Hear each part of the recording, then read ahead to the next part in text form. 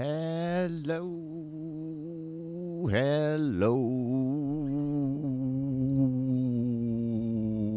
everybody. Good afternoon, good morning, good night, wherever the fuck you are. Hi everyone, can everyone hear me? Hey! You guys in the back?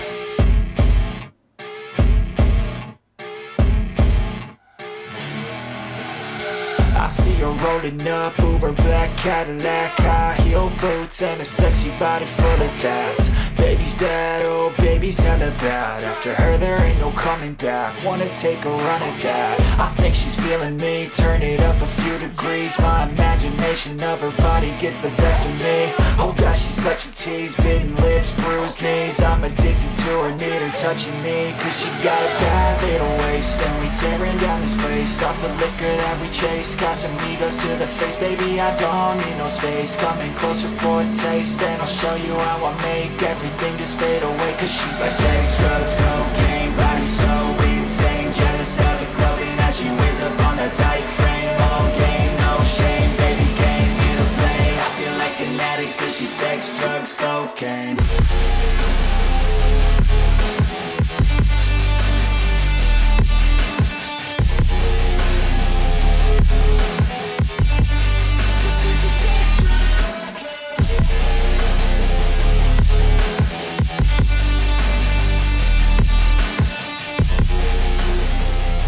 The Klayre Avalon show, you motherfuckers.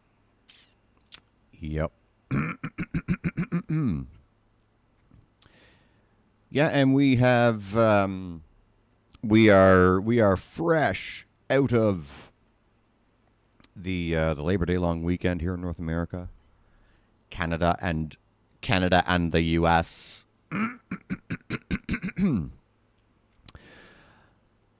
All your demons spawn. All your lovely children are going back to their respective cages that we call the education system.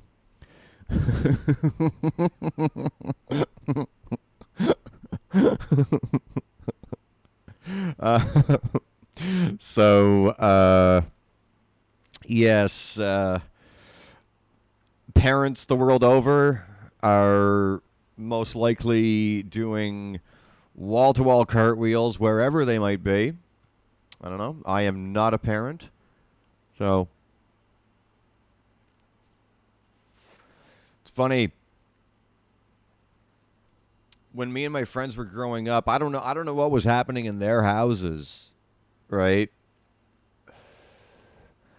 But I vividly remember no first day of school pictures being taken.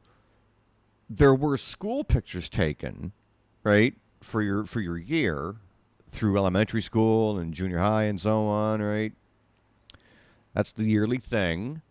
But there were no stand at the door and take a picture as I usher you out into the next step of your education type pictures. There's none of that going on. I came down for breakfast. My mom had my lunch ready. Well, sometimes, because sometimes I stayed at school for lunch when I was younger, and sometimes I came home because I had the luxury of growing up in a small town. So I had the chance to, if I so chose, to go home for lunch no matter what grade I was in. And quite often I did. Now that I'm thinking about it, the older I got, the less frequent that was. But there was the odd time in high school where I'd pop in at home. I lived like 5 minutes away or so. So I would go home and grab a quick bite or something, and my mom would be home doing laundry or whatever she was doing between trips to the crosswalk up the block from where we lived. Because for a handful of years, my mom was a crossing guard. So actually, she continued that. She continued that for a small spell after I came out of school. So yeah. But oh yes, elementary school. I could have tripped over a rock on the sidewalk and somersaulted home, right? I lived that close. In elementary school. Wait, now where did we live? I don't know about grade 5, but for sure grade 6. Yeah. We literally we lived a block away from school. The school was on one street and we lived on the next one over. And yeah, I could have sneezed, and with the blowback, I could have fallen home. So yeah, I didn't need a lunch being sent to school with me. But anyway, all that to say, yeah, and when I started school in grade 1, it was a little further walk, but it was for all intent and purpose in the same area. So if I wasn't walking, I was on my bike. This was grade 1 and 2. This is what? Shit. Somewhere between 84 and 85. I guess, yeah, more actually closer to 85, 86, something like that. Yeah, and I was never in any danger. There was a one-way street leading up into a trailer park that was right next to the school, where the school property was. So it was the whole area was in from the main street, like the main drag kind of thing. So yeah, we would all take that street home and go through the trailer park and all that kind of fun stuff.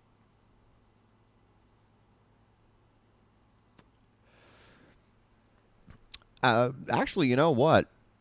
Even though I did live in close proximity to school, during grades 1 and 2, even though I was going home for lunch during grade 6,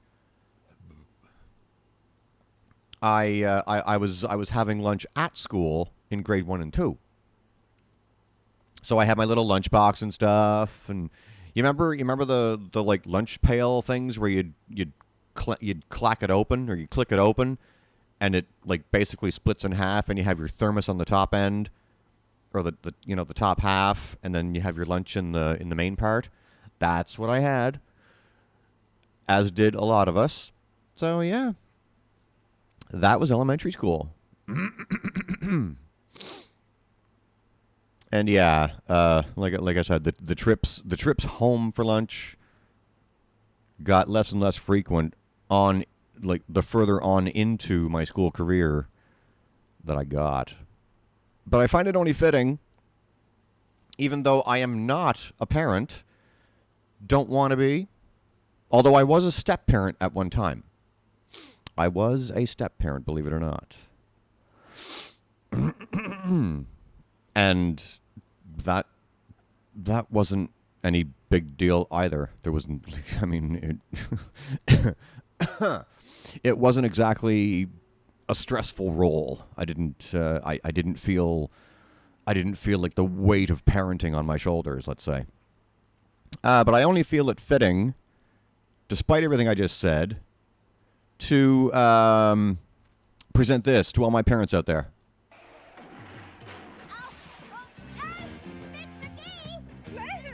Spending my vacation in the summer sun, getting lots of action, having lots of fun, scoring like a bandit till the bubble burst.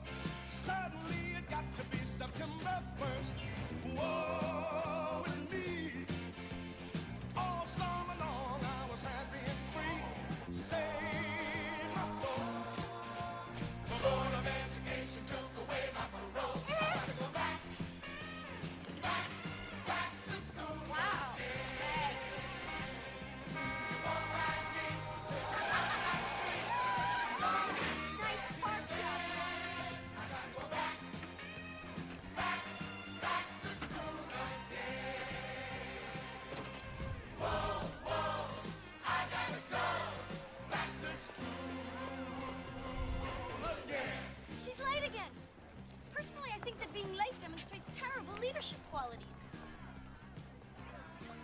Well, I'm not waiting anymore. Here she is. Well, you're gonna be late. Let's go.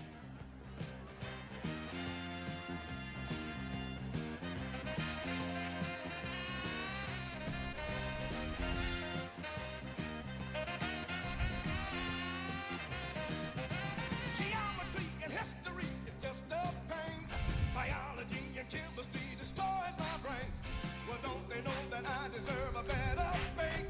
I'm really much too young to matriculate. Well, mama, please, your child's come down with a fatal disease. Mama said, come on, you lazy bum, and get your butt out of bed. You gotta go back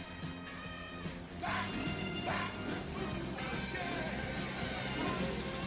It's bye, get your homework done, and pass me in by 10. I gotta go back to school again. Whoa, I gotta go back to school again. Senior year, the home stretch. My old man wants me to go to junior college after grad. Yeah? Nerd junior college. Hey, what are you gonna do, Johnny? Sleep. Nah, I mean, what are you gonna be when you grow up? A burden on society. Oh, hey, Miss Mason. Oh, hello, girl. Ready for a great new year? Mm-hmm. I love your hair, Miss Mason. Oh, thanks. All 300 pounds of it. Hello, boys. Good morning, Miss Mason. Look, I would really love to see all of you in music appreciation this year, okay? I'd like to see all of you in music appreciation this year. You just might. Oh, I think I'm in love.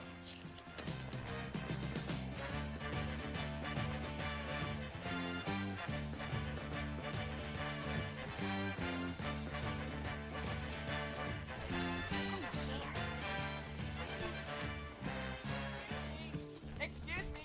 Let me through, please. What are you doing? Watch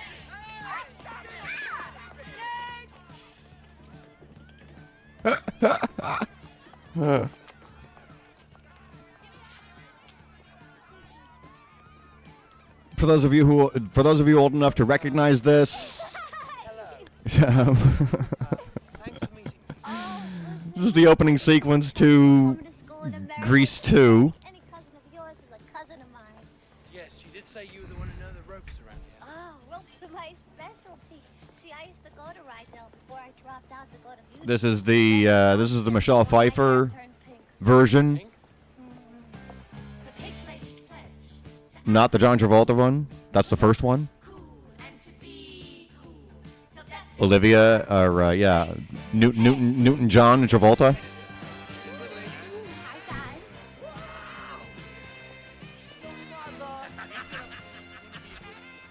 But now the most important thing in my life is skincare. So, tinting's out and skincare's in. Right. That's why I'm back at Rydell. To get my chemistry so I can mix my own cosmetics. There's Didi Khan. I got my books together and I dragged my feet. And then I saw this angel bobbing down the street. I said, hey, pretty baby, how's about a date? She said, I'm going to school and I can't be late. Hey, basketball. Hey, you caught it. How tall are you? Never mind. We'll put high heels on your sneakers, and we'll make you a center. Hey, go catch that. Ooh, boy. Basketball, basketball.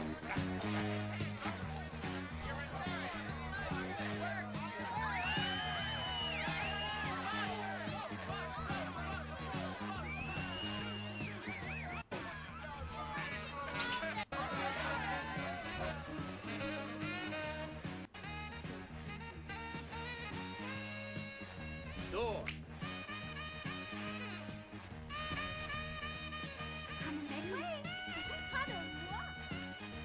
Gentlemen, start your engines. We gotta go back to school. Is not available at present. Please leave your message after the beep.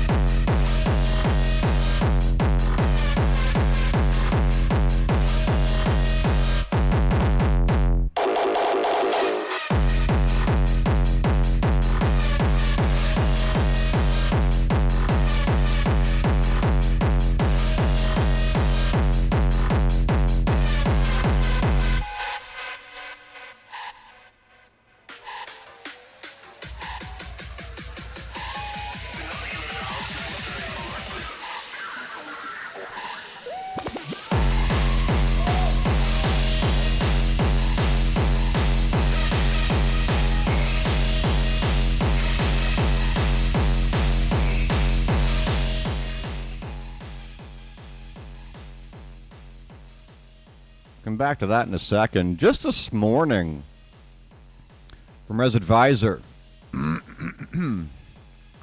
found an article from their Instagram page, Resident Advisor.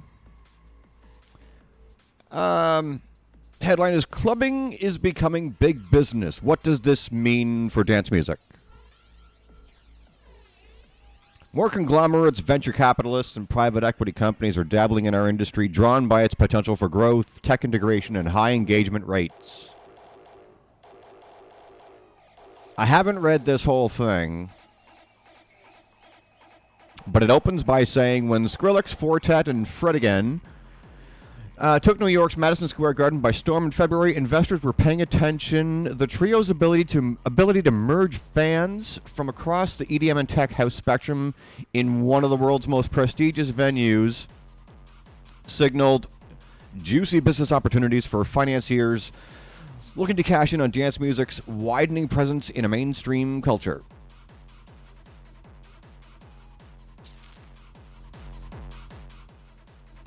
The sheer amount of content creation on social media from that one show had analysts across the globe speculating on revenue intake from live streaming, merch sales, and brand collaborations, among other possibilities. It goes on to say, as club music increasingly enters popular discourse through TikTok, pop records, luxury fashion houses, and high-profile concerts like the Madison Square Garden one, big finance is taking note. Don't know how we feel about that. Recent years have seen an influx of corporate capital into nightclubs, festivals, promoters, and relevant tech platforms as conglomerates, private equity firms, and venture capitalists enter the sector for the first time. Industry consolidation is also rampant, with behemoths like Live Nation really expanding its grip through acquisitions and stake sales. Well, all right.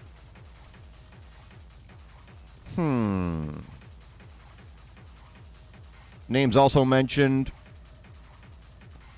Daft Punk, Emily Lenz, Earth Eater, whoever that is.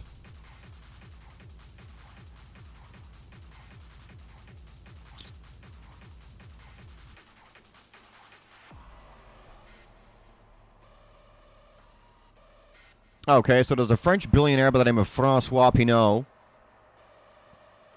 who is involving himself in a company called Creative Artists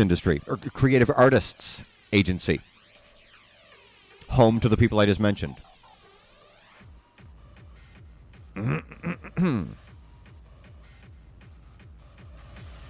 Numbers talking about are approaching $7 billion.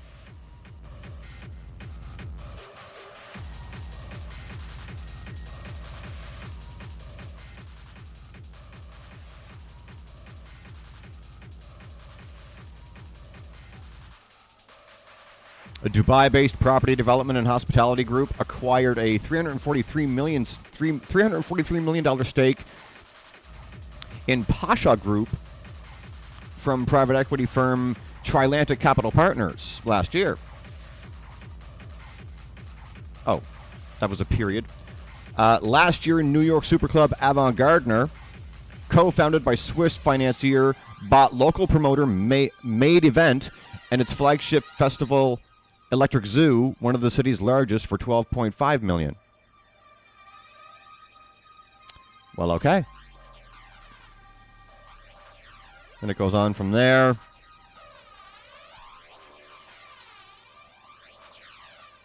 So yeah, if you want to read the full, feature, it's on Resident Advisor. It's right there at the top. Clubbing is becoming big business. You can form your own conclusions from there.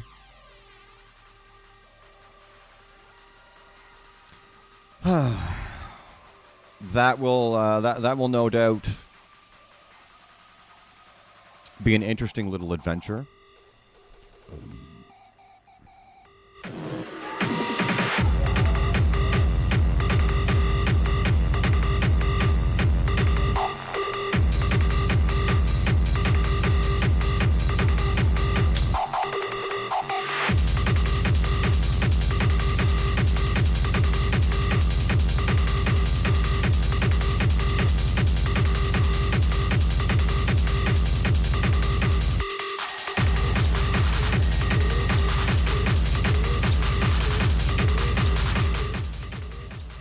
not exactly news, though.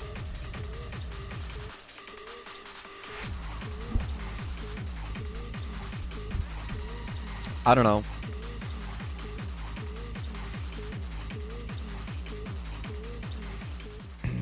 I know Coachella isn't a rave, but if you want to include Coachella and events like it in that conversation just for fun,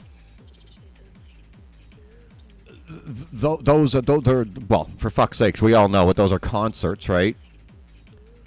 Coachella, Glasgow, Lollapalooza. If the Vans Warped Tour still happens, I don't know if it does. These aren't exactly bargain basement events, right? So it's I guess it's the difference between, like, what's getting people's attention is it's happening in our community now, which is what's making headlines. Because it's been happening like fucking forever outside of our community. So, yeah. It'd be interesting to see what kind of feathers that ruffles.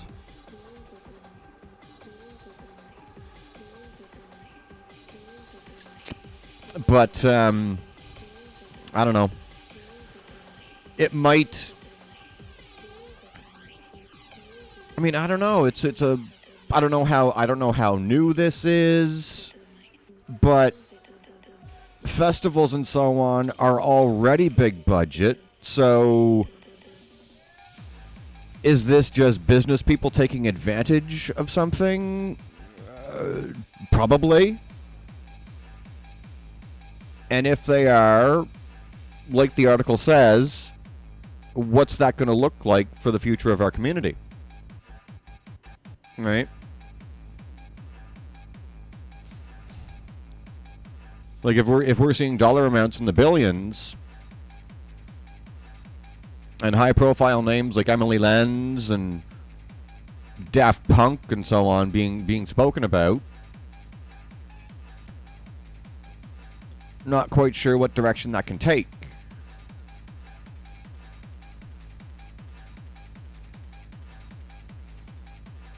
Too soon to tell, even though I didn't go into the whole article.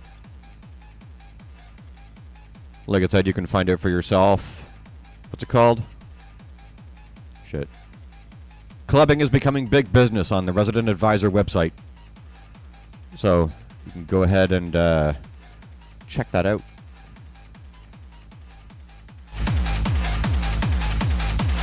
If you want.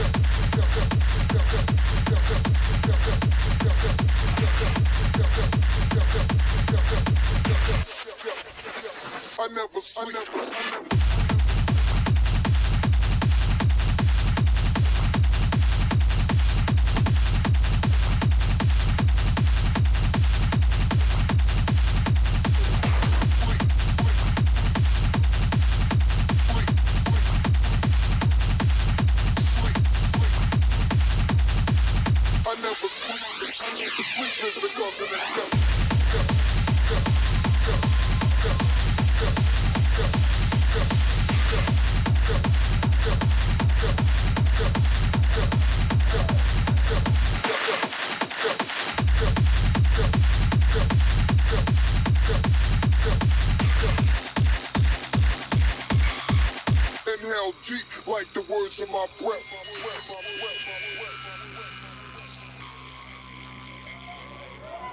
I never sleep.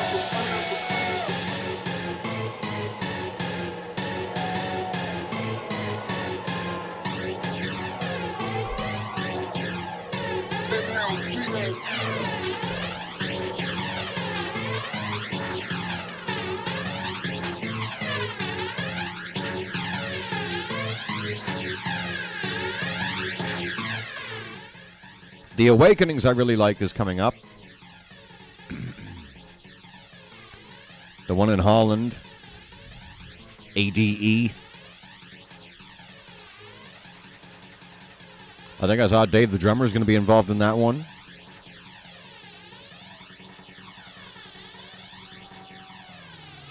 AD is always a fucking blast. Sleep is the cause of the temp.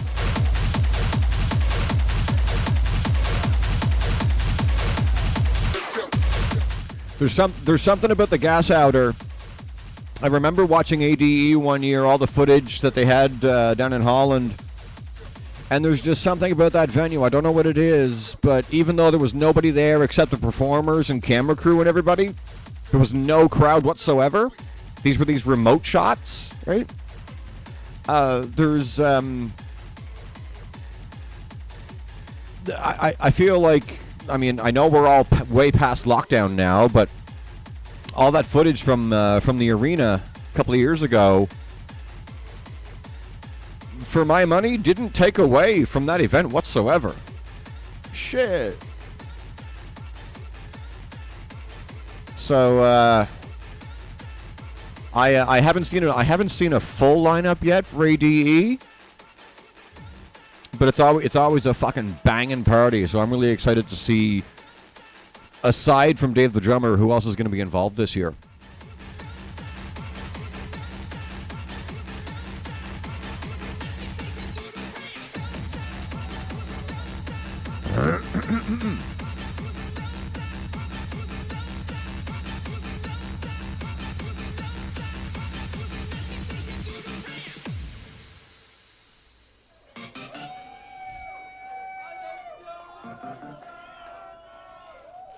Speaking of events, I was talking about Nature One Creamfields and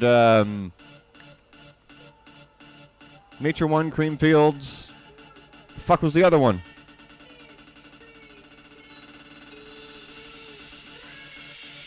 Wasn't Sun Essential in there or something? Fuck, I forget now. Oh, that's what I was doing. I was bouncing back and forth between Nature One and Creamfields.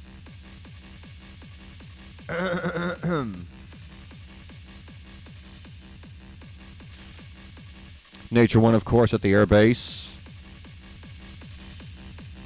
The Pydna.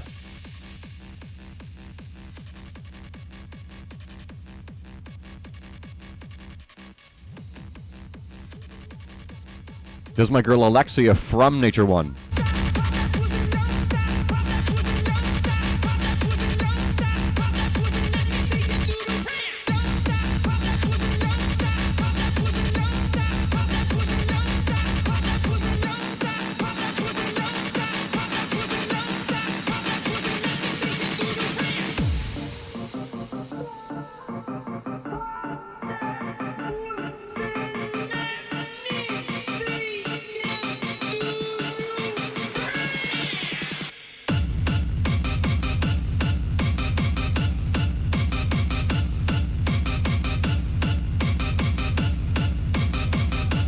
There's that LA style vibe that I've loved for like 30 some odd years.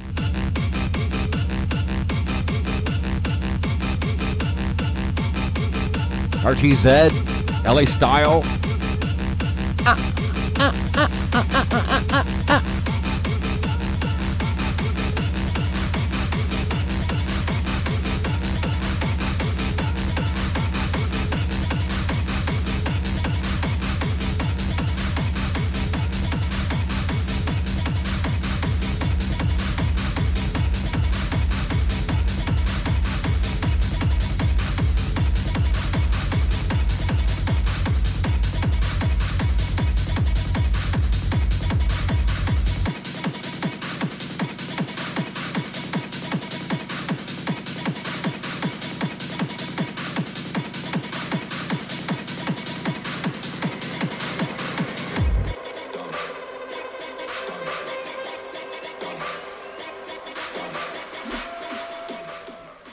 Rebecca today on her Instagram had a couple of clips from a recent party she played.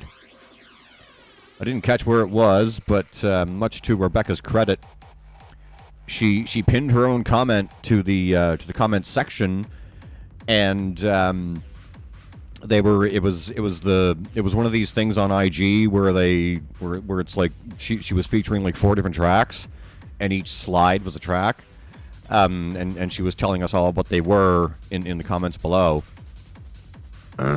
Some really cool fucking shit. The first one, who the fuck was it?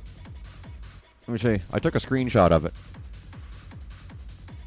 Let me see here. Where is it? Is that it? Right there. A DJ by the name of... Oh, no, wait now. The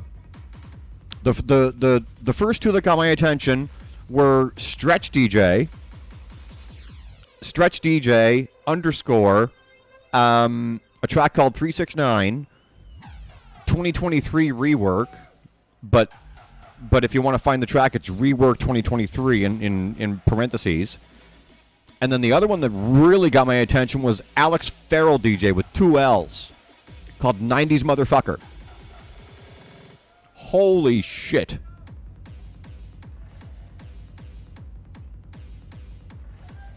I haven't listened to AJO Music yet, Girls Revenge, or Dither and Mike Cervello to the Get Down yet. I don't know what those tracks are, but I'm gonna find out. I almost don't have to listen to them because it's Rebecca.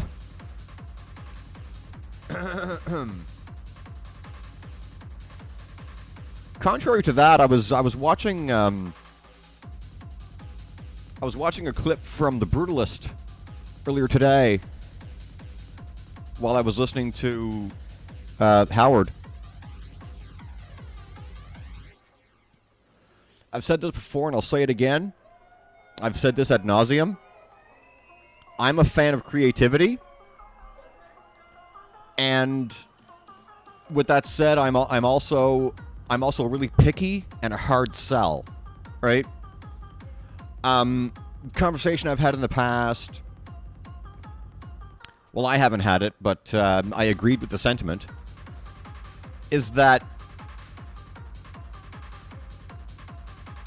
not all across the board, but depending on the style you're listening to, right? In today's world, and I'm going to apply this logic especially to the world of the Brutalist and similar artists. I put on my Facebook this morning that depending on the style you're listening to, if you've heard one track, you've heard them all.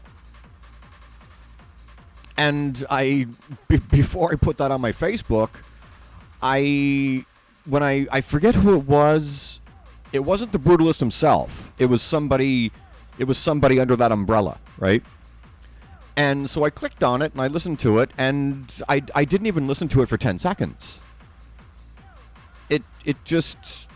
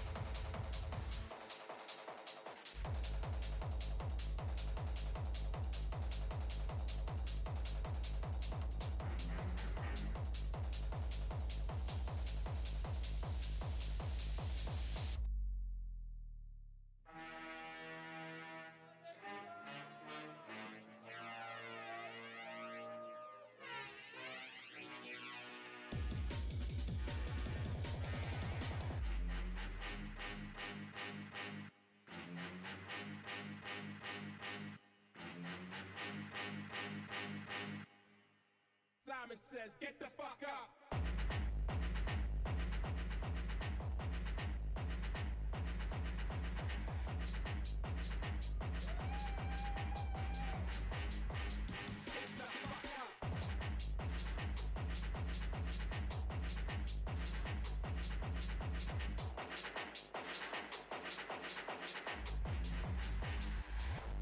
When I'm in the street, shit is so good. When I'm in the street, shit is so good. When I'm in the street, shit is so good. When I'm in the street, shit is so good. When I'm in the street, shit is so good. When I'm in the street, shit is so good. When I'm in the street, shit is so good. When I'm in the street, shit is so good. Simon says, get the fuck up.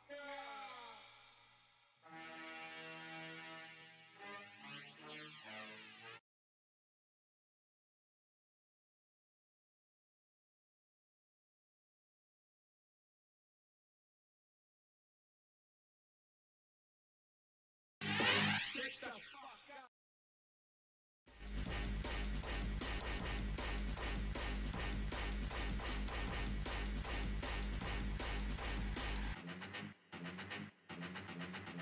Simon says, get the fuck up. Get the fuck up.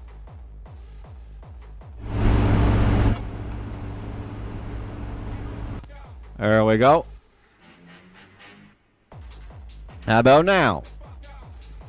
There we go. We're back above board. Here we go. Thank you, Amy. What was the last thing you heard me say? And thank you for telling me that, because I've been speaking for God knows how long now, not knowing my mic was fucking up. Nothing. Okay, well I might have to repeat some of what I was talking about then.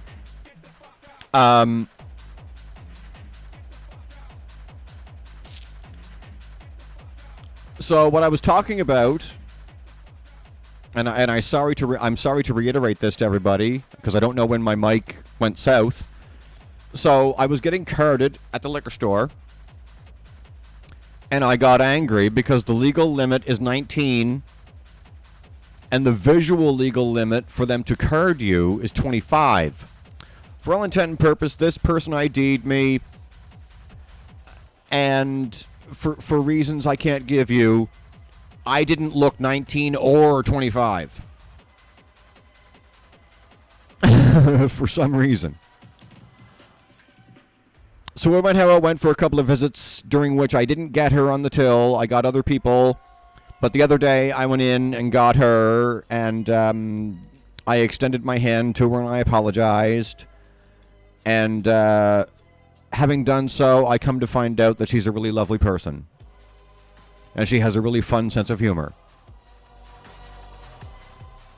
And on the heels of that, let's go back to Alexia K, Nature One 2023, Acid Wars Arena, with a little Coolio.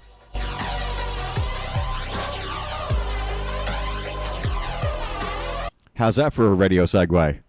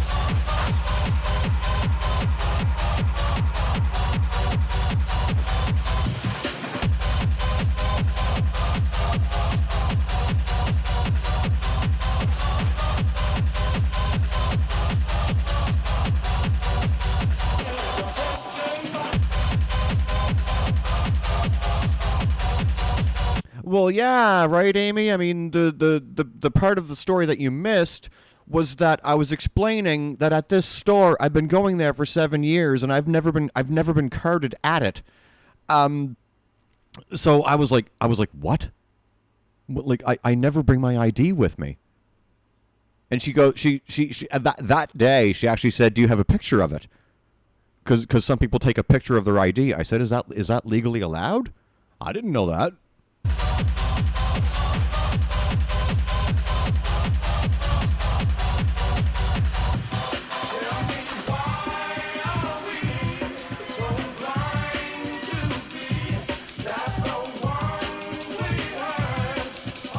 I was talking to one of the clerks one day. She was on the floor, and she was. And again, I don't mean to keep interrupting Alexia and Coolio, but I was talking to one of the girls on the floor, and she was rambling on about how she feels like she's old and all this kind of bullshit and whatever, right?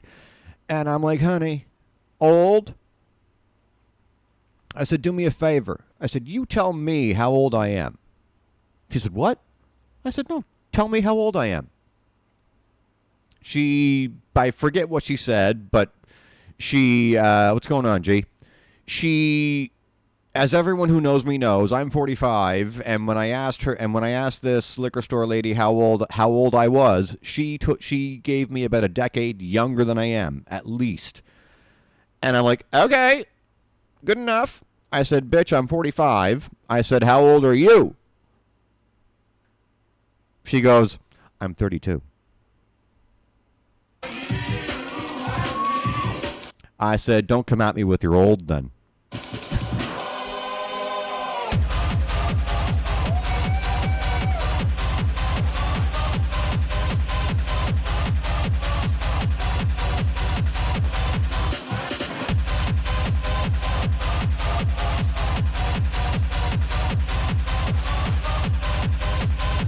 You have to be close to my age, Amy, right? We've known each other forever, but I've never known how old you are, my darling.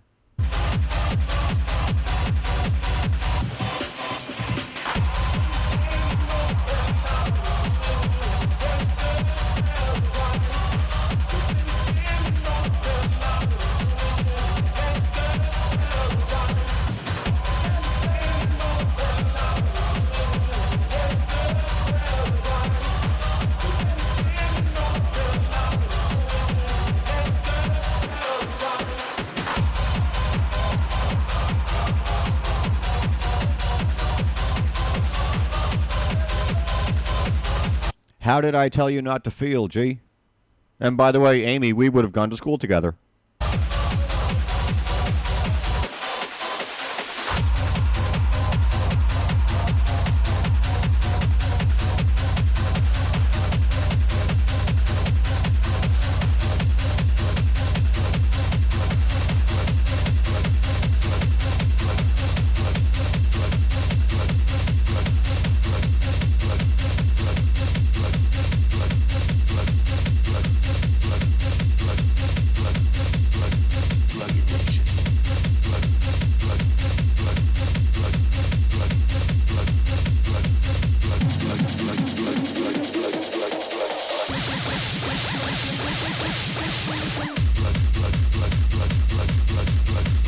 Yes, Fabto, Mr. G, Fabto, reverse the names, shake hands, and all that fun jazz.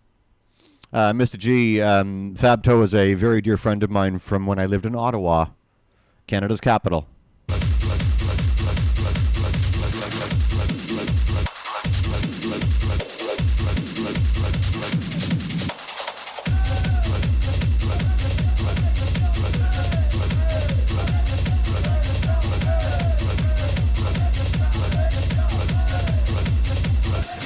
Drug addiction.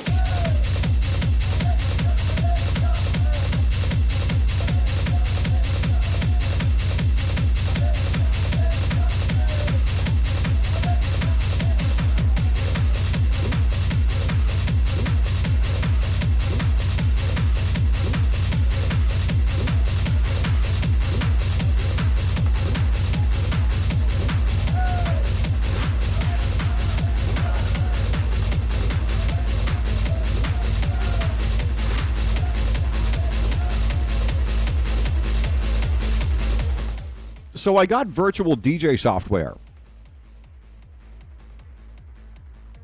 This should be fucking fun.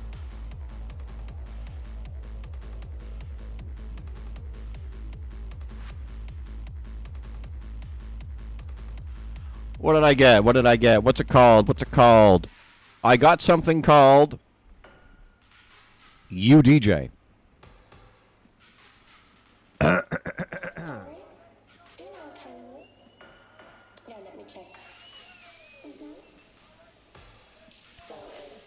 UDJ is a set of virtual turntables. Nice thing is you're able to upload files to it from your own computer. Because I want to try my hand at playing tracks, like individual tracks on the show, right? Because most times I do mixes and stuff, and I'll throw in a track here and there, right? If a new release is out or whatever it is. But mostly I do mixes, as everyone knows. I have operated real turntables, like actual turntables. I find it quite easy. An old friend of mine taught me how to do it. He basically told me he taught me how to transition from like one deck to the other, right? And when to bring in the next track that you're going to do, kind of idea. He just taught me a basic method, right? And that was a number of years ago. But it was fun. But I'm curious to see, because right now I just fucking use Media Player. But I wouldn't mind trying my hand at like a track by track sort of scenario. And lucky for me, the program, this UDJ program that I've installed has a sync function. So someone like myself who has never been a DJ, and I don't want to be one, I am going to be unapologetic when I say that in this UDJ software that I have, the availability of a sync function or sync button, right, is kind of convenient for someone like me. So we shall see.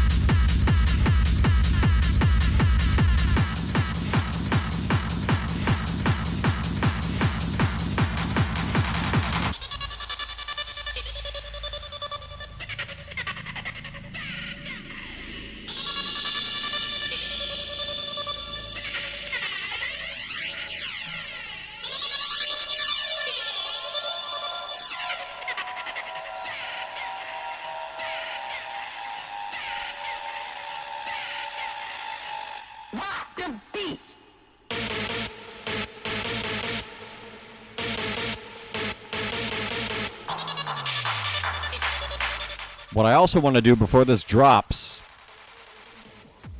is get it. There it was. We'll do that again. What I also want to do is get a USB-powered Discman.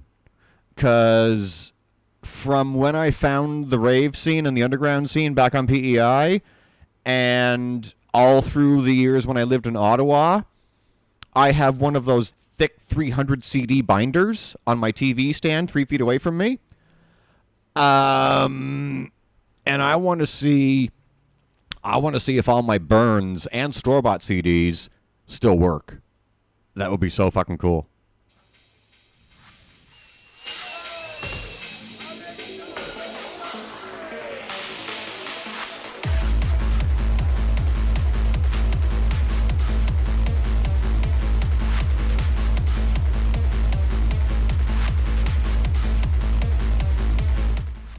I've got multiples of Carl. I've got multiples of Bad Boy Bill, Judge Jules. I've got compilation burns of songs you can't buy that I found 20 years ago. Holy fuck. Like I said, Carl, Darren Emerson, Steve Lawler. Amy's going to remember who Steve Lawler is. We saw Steve Lawler at Surface in Ottawa. House DJ. I've actually got CDs from a few DJs from the Ottawa scene.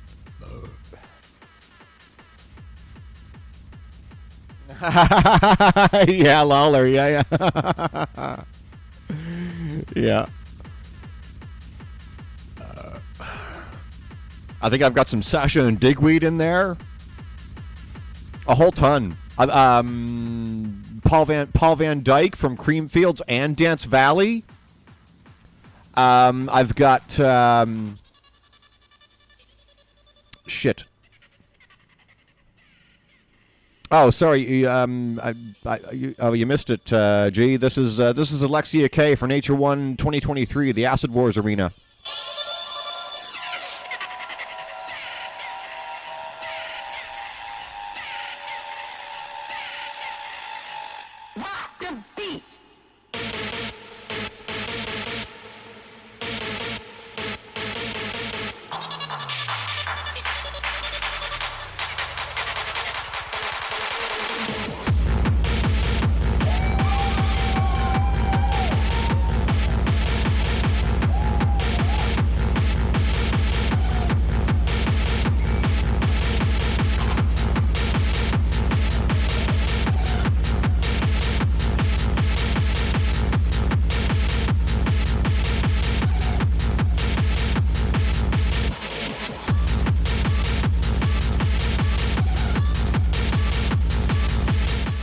I think I have. Eric Sneo was another one. I have. I'm trying to think now. Oh my god, I have a ton. Shit. I have too many to mention. Bad Boy Bill. All the good stuff. Donald Glode live at live in Washington.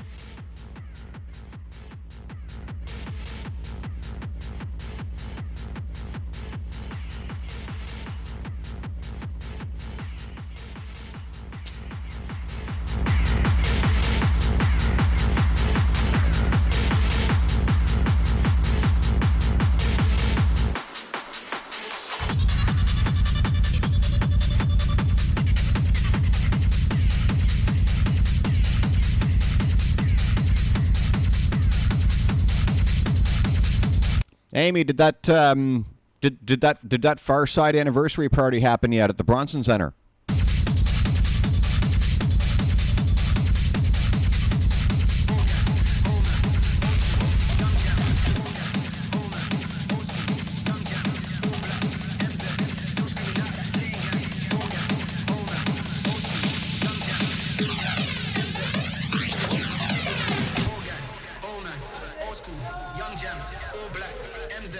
She keeps on passing me by.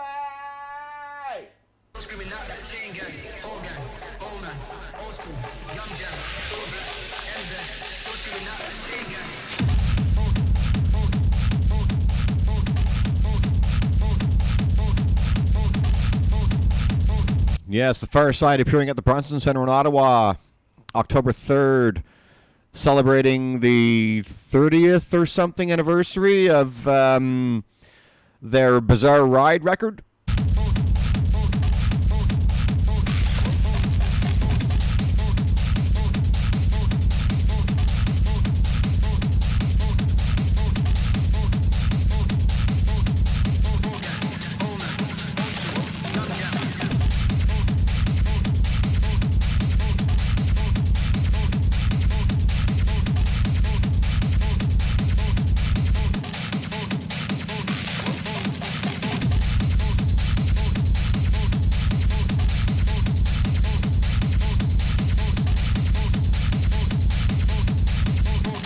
Gee, I saw you were talking, last week or in recent days about the top 100 list for fucking festivals.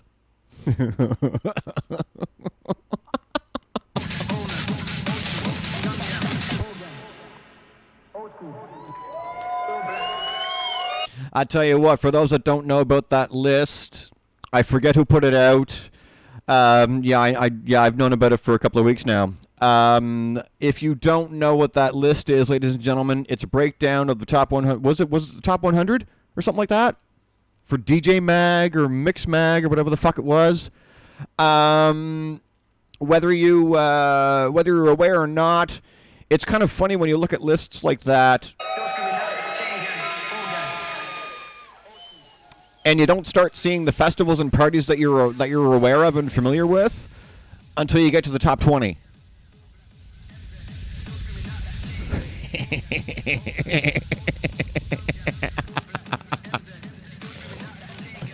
If you're one who cares about that sort of thing. I personally don't. Yep.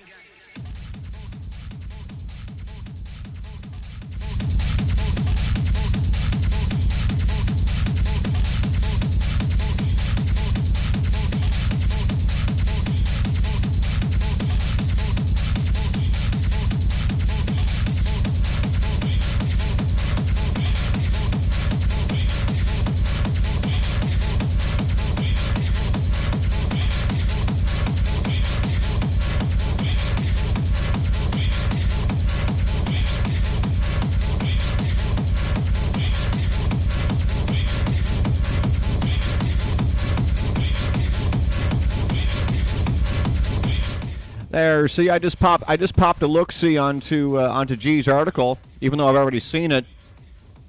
And this is proof positive, whether you like it or not. I'm not a purist. I don't discriminate one party from the next. But whether we like it or not, in the top 20 and the top 10, we're seeing your like ultras and all these kind of parties, right? So, yeah. I like Ultra. I don't give a shit. I like Ultra. I like the WMC, the Winter Music Conference. Carl Cox has his own stage at Ultra. Charlotte just played it recently. I don't give a shit, and I never did. Right? Like, good music is good music. That's why I don't really, and I have a bone of contention with the phrase business techno. It's either good music or not. I don't give a fuck.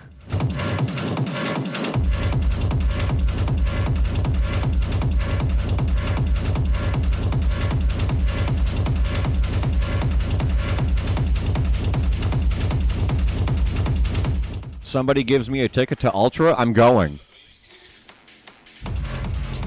And Ultra is a global party. They're all over the world.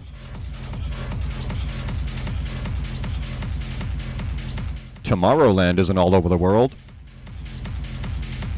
Neither is Awakenings.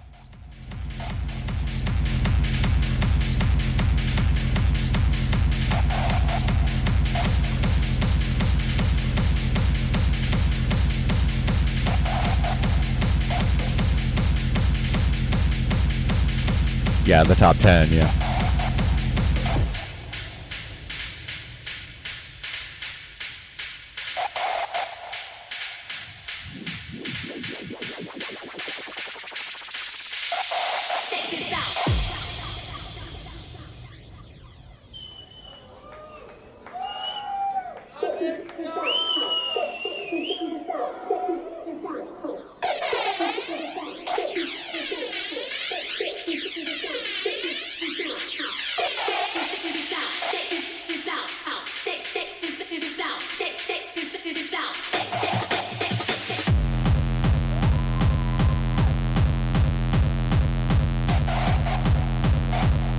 Come on, Alexia!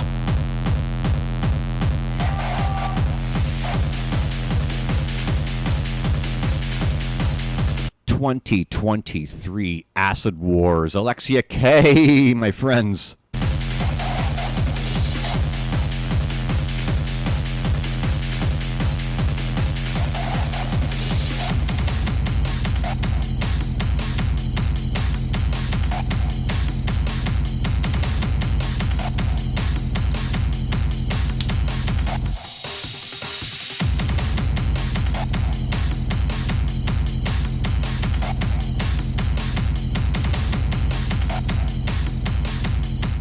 Couple of people I've found recently. I've made it a habit of mine to talk about La Divina after hours in England. My girl, Lautastic, Diana Lordana. Diana Lordana is mixed up in Orbit, which is where the fuck is Orbit? It's at shit, where's Orbit?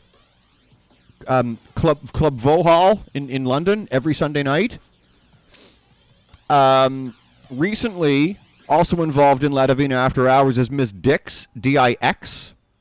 I follow her. I'm really impressed with what she's doing.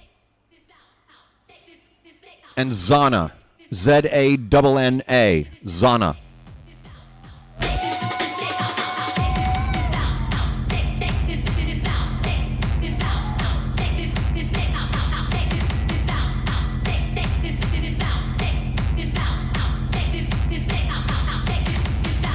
Also, Nicole Lucas out of Colombia, South America.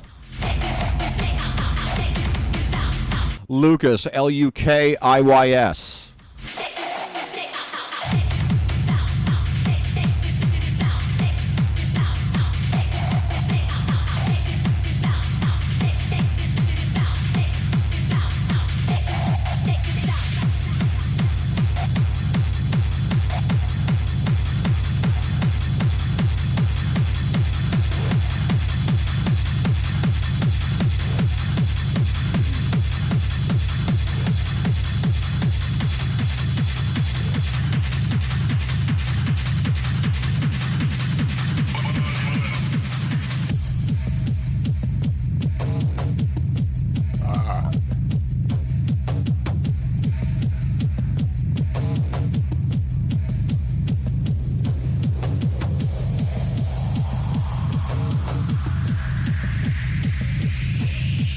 I've mentioned them before also, and I'm going to mention them again because I'm a huge supporter of these girls. They're constantly on tour, and they have a school called the School of Nasty, where if you wish, you can sign up, you can enroll in the School of Nasty in the U.S. and learn from one of their choreographers and founders, Gina Catan herself, who is also the head vocalist for Gina and the Eastern Bloc, how to do what the thrash theater group Little Miss Nasty do. For more details on that, for my U.S. listeners, I don't know where you're listening from, follow Little Miss Nasty on Instagram, and you can get all the details. They're also hiring Little Miss Nasty. They're looking for promotional people, retail people, marketing people, all that sort of idea. Email address is on their Instagram.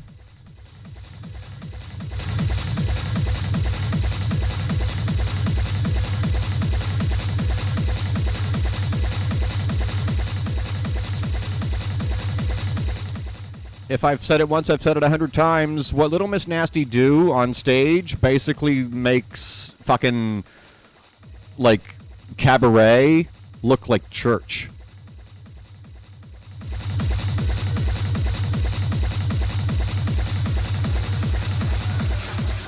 And the band itself, Gina and the Eastern Bloc, what they do is kind of cool too, because Gina herself has kind of an Alana Miles kind of vibe to her, right? She looks like she could be Alana Miles' sister.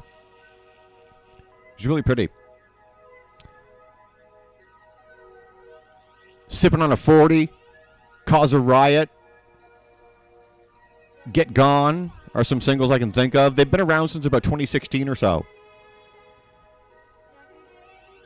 So if you like music that's kind of like Marilyn Manson meets Method Man, go on ahead and check out Gina and the Eastern Bloc.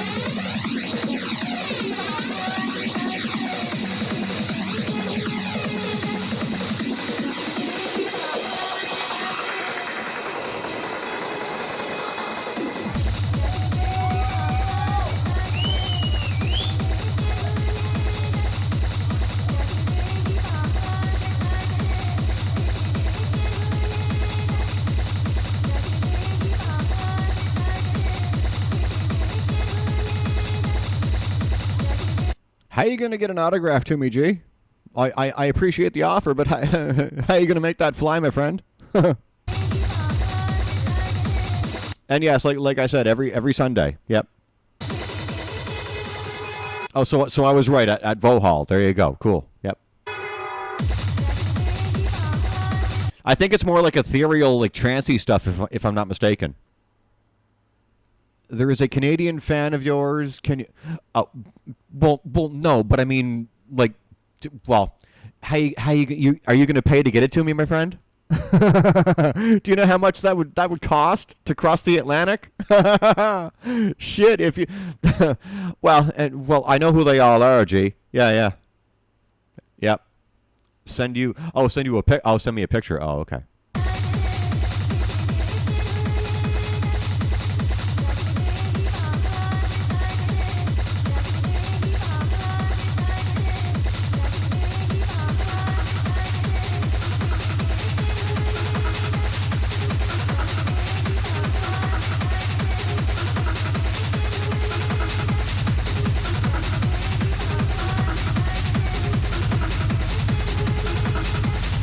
I already know who they all are, but thank you.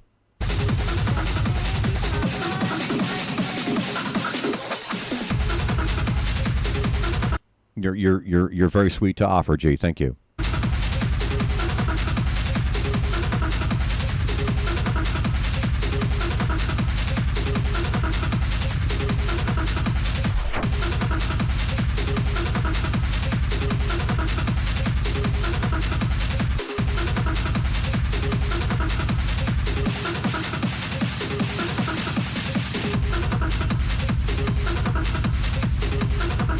But I will say, I will reiterate your own thought. When you do have time to experience that party, G, yeah, I think you would very much enjoy it.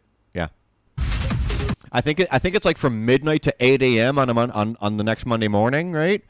So yeah, I don't think you would regret experiencing Orbit. Oh, so I was off by an hour. All right, cool. There you go.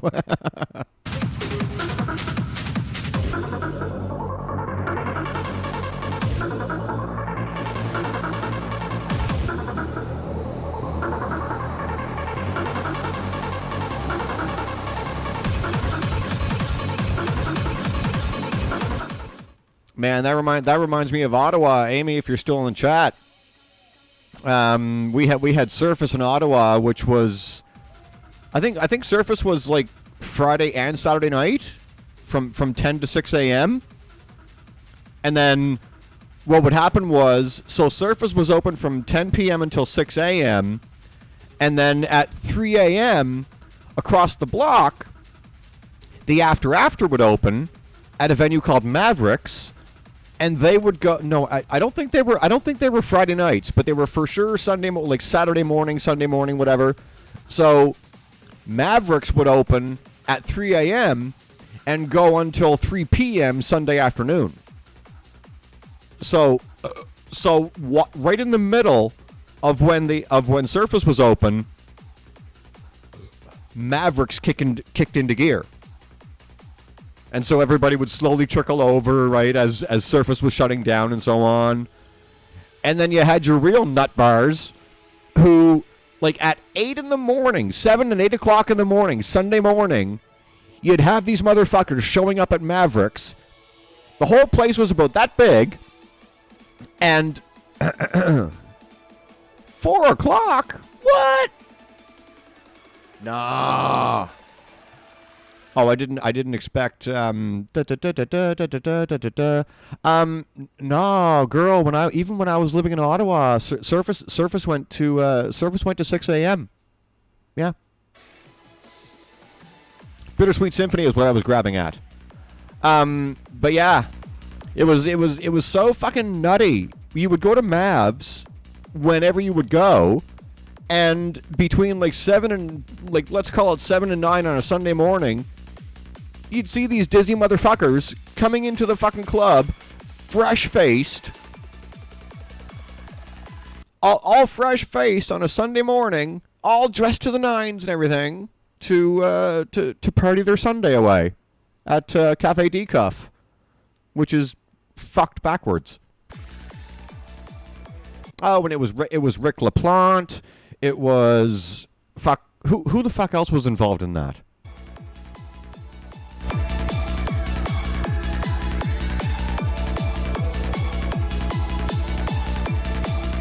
Who's Jason Jesse?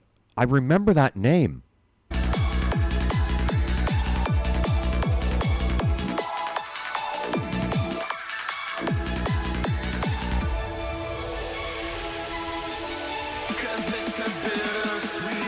Wasn't Terry Bevan mixed up in that too? Terry was involved in that. Ryan Dunlop as well. I'm rhyming off names that no one's gonna know. This is your house talent from Ottawa, Canada.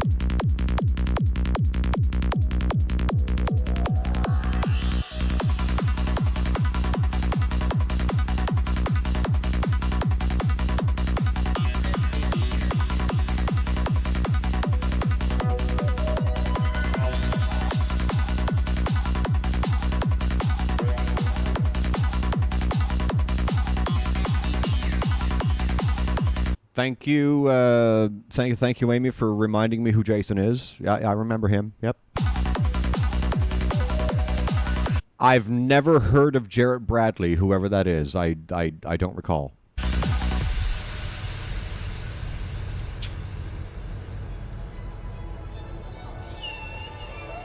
Admittedly, in those days, I remember only spending a little bit of time at Mavs. I would come and go between home and Mavs because usually I was really fucked. And as a friend of ours used to say, I was not publicable. So I would give my ex a kiss and I would go home, and then I would come back and join the party.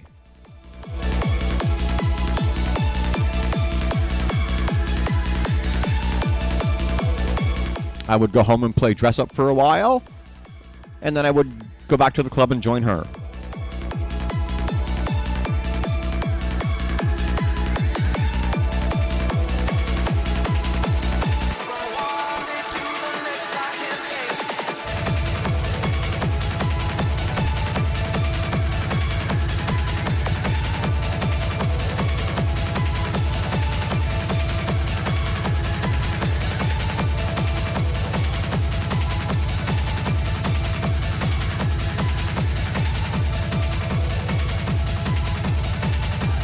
My little Ottawa correspondent is fucking spamming me. Hang on while I pee.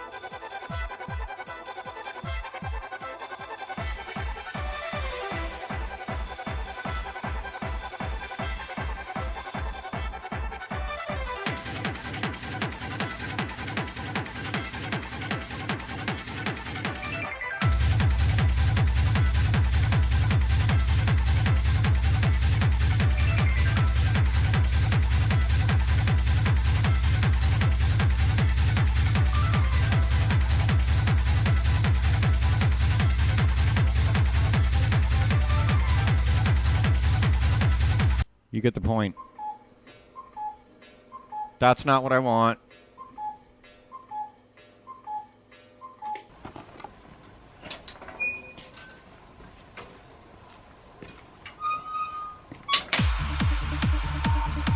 That's what I want.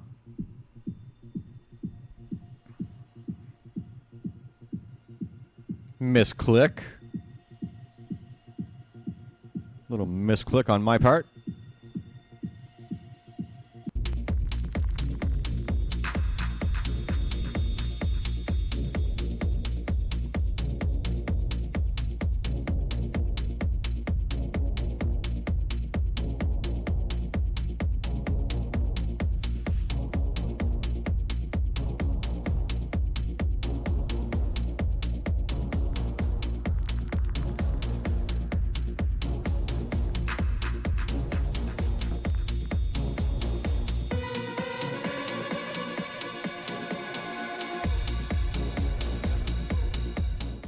As we are 30 minutes away from the second hour of the show, even though I don't know how long I'm going to be here, I never know how long. Want to remind everybody, just for fun, that if you can't catch the live show, I do have a YouTube whereon you can catch my VODs. And if I may say so myself, I've got some pretty fun recent shows up on there. As usual, I am devastatingly behind on my SoundCloud uploads. But, yeah. I go through some pretty fun stuff on my last 2 YouTube shows. So those are available for your viewing pleasure.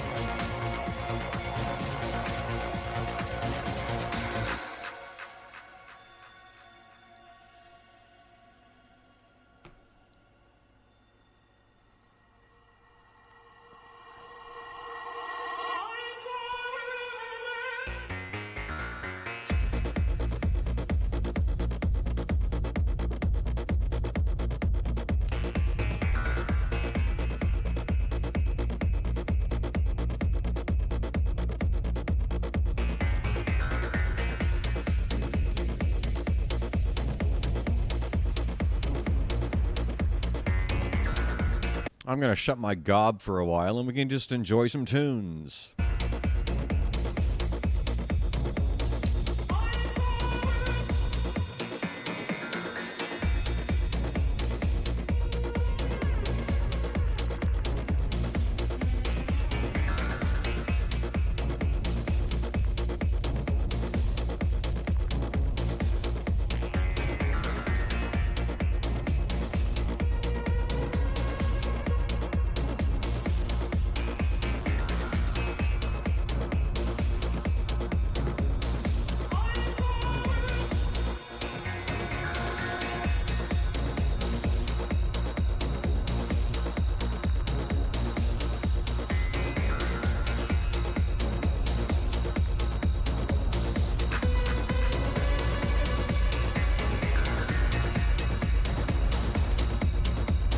Me shutting up is great for radio, not much for a live stream.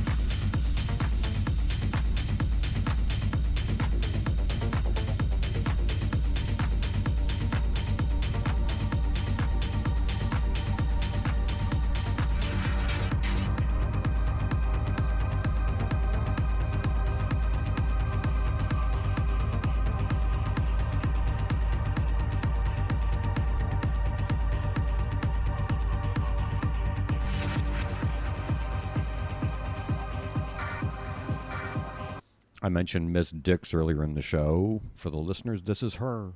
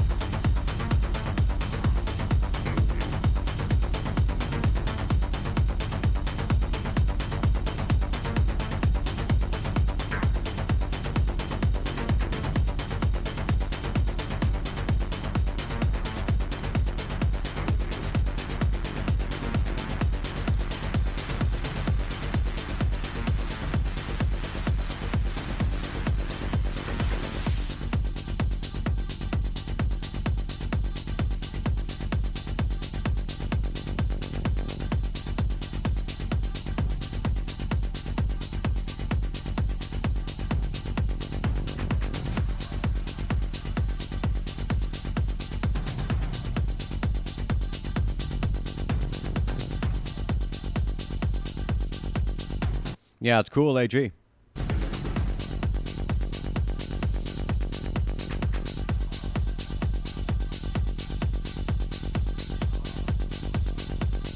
anyone's wondering what my sudden startle was a second ago, I knocked over my ashtray.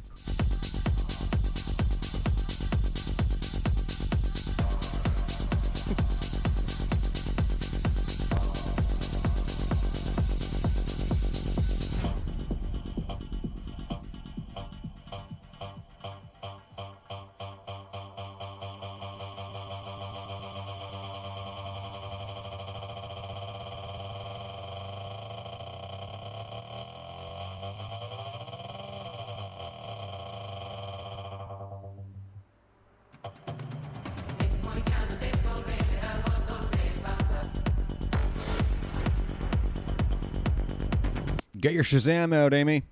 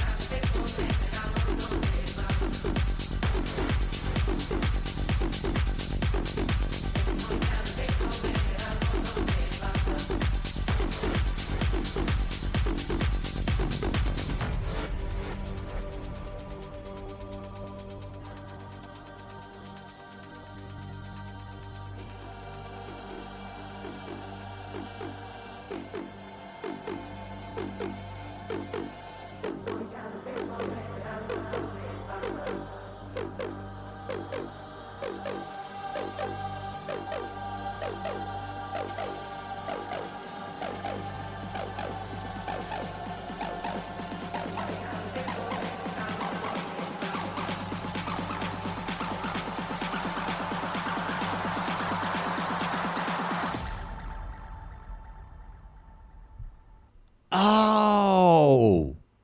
Okay. I was like, what the fuck is he doing? I was like, why is G showing me an M?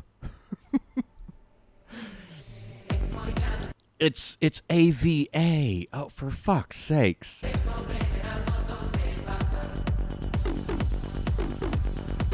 I was like, my name's not Ava.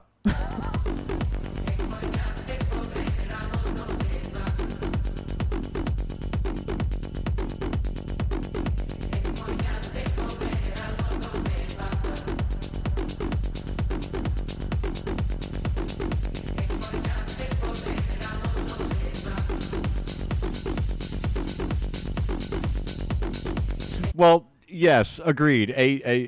Sure, yeah. Okay, now that I understand.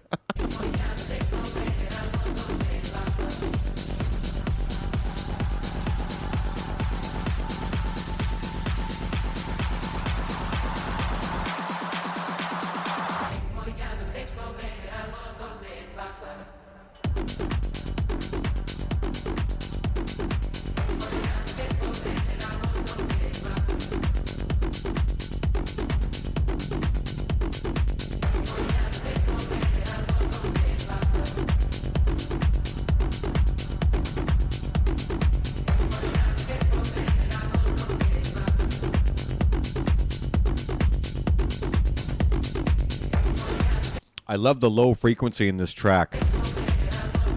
The boom, boom, boom, boom, boom, boom. Fucking love that.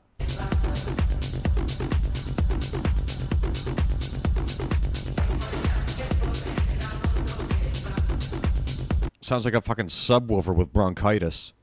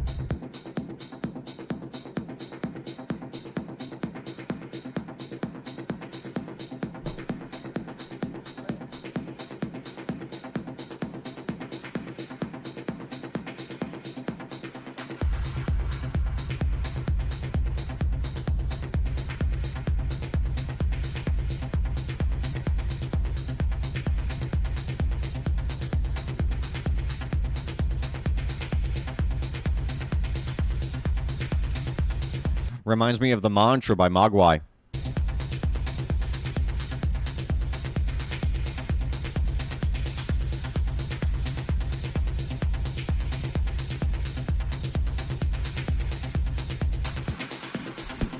And you can hear that in a prog house set done by Anna Ra, if you wish to. It's on YouTube. She's wearing a white dress. Look for the set where she's wearing a white dress, and you can hear that track, Mogwai.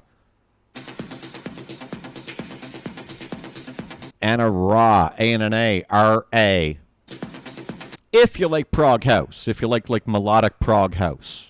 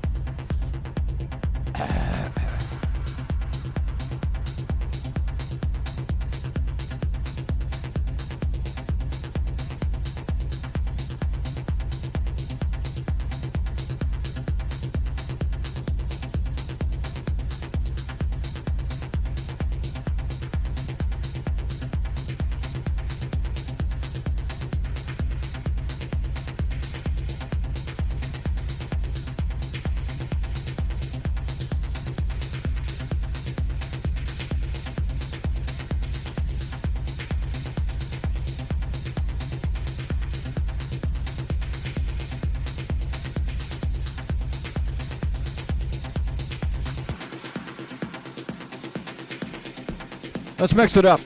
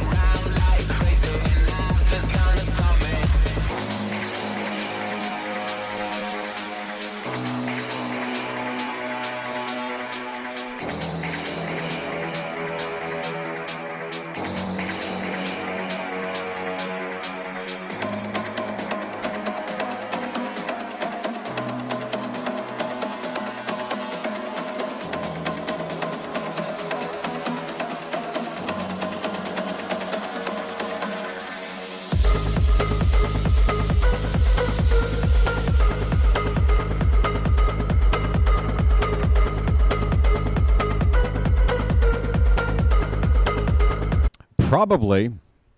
Chat asking me if I remember Praga Khan. Love you still. Probably. I probably know it to hear it.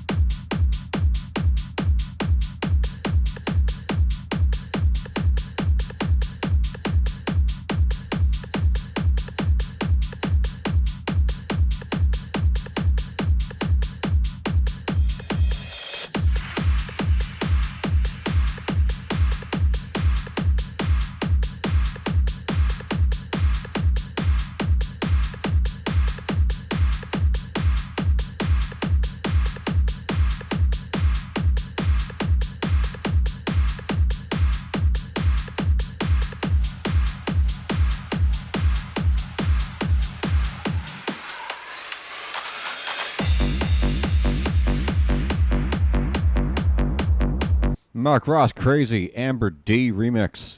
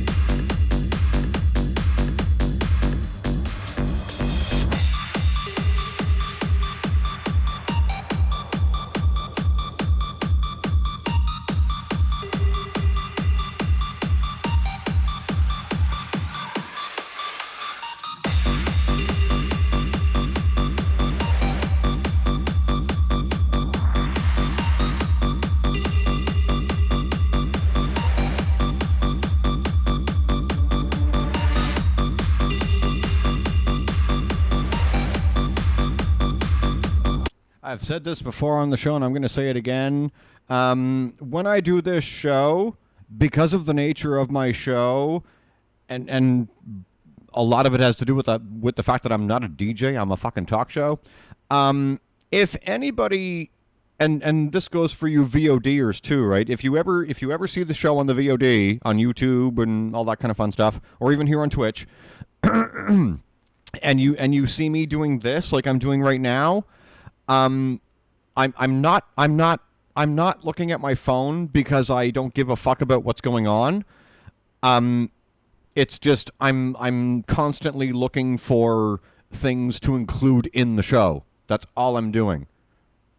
Not that I should have to explain that to anybody, but yeah. In case anybody out there thinks I'm not invested in what I'm doing.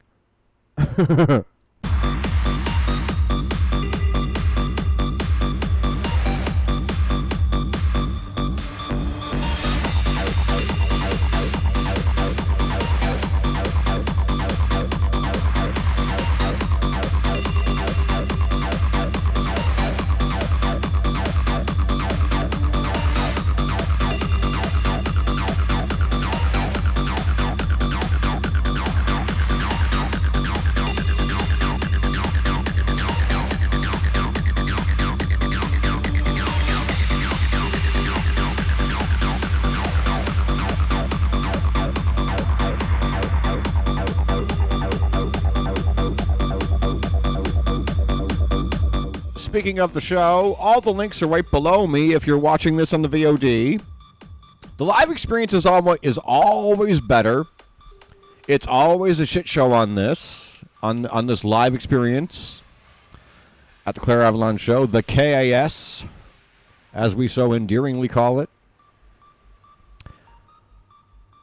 Doesn't matter what I talk about, but sometimes I struggle to talk about things because sometimes I have fuck to talk about, right? Today somehow has turned into one of those shows where I have gone for 2 hours with absolutely nothing nothing important to talk about.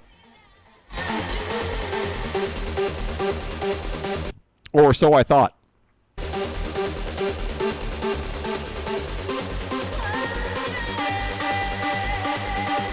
I'm gonna rewind that. I'm gonna rewind that climb on Mark's track because I spoke over it.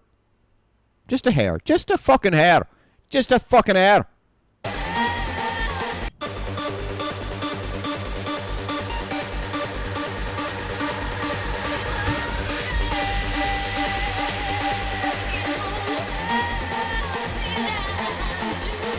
I'm going to ruin it again, and can anybody tell me who wrote the original track? Is anybody old enough, or does anybody have enough music knowledge to tell me who wrote the original track from the 50s or 60s?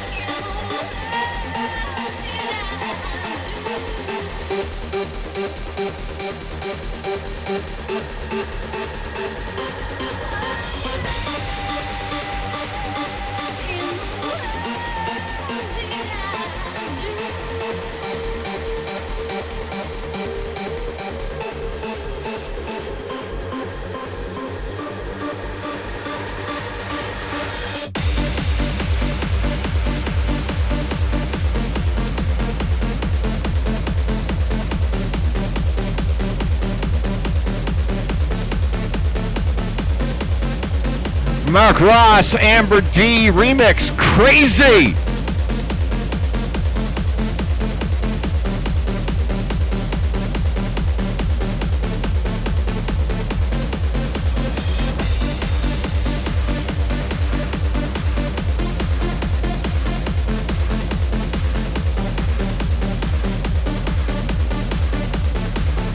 Shout out to Mark Ross, shout out to Amber D.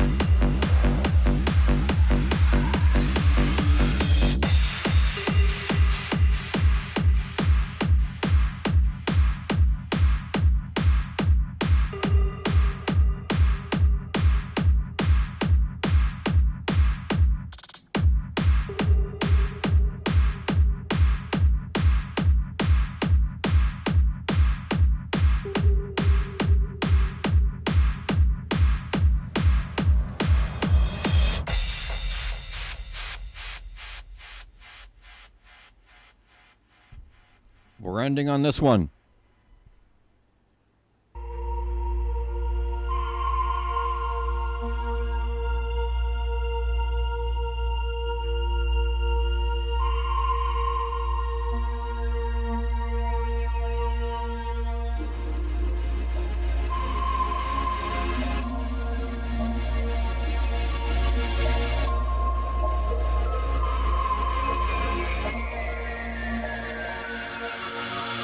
Even though you nail me down, I love you still. Even though you hurt me so, I love you still. Even though you break my will, I love you still. Even though you scratch my soul, I love you still.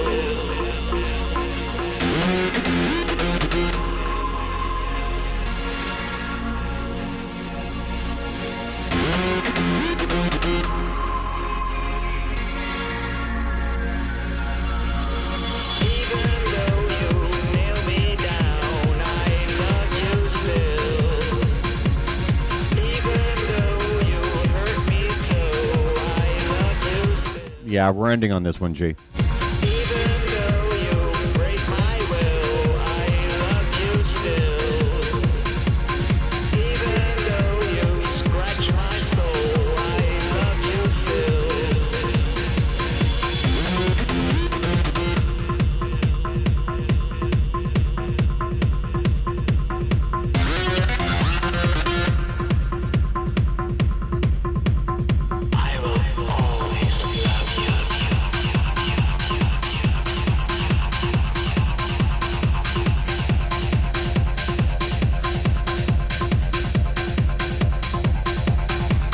Reminds me of injected with a poison.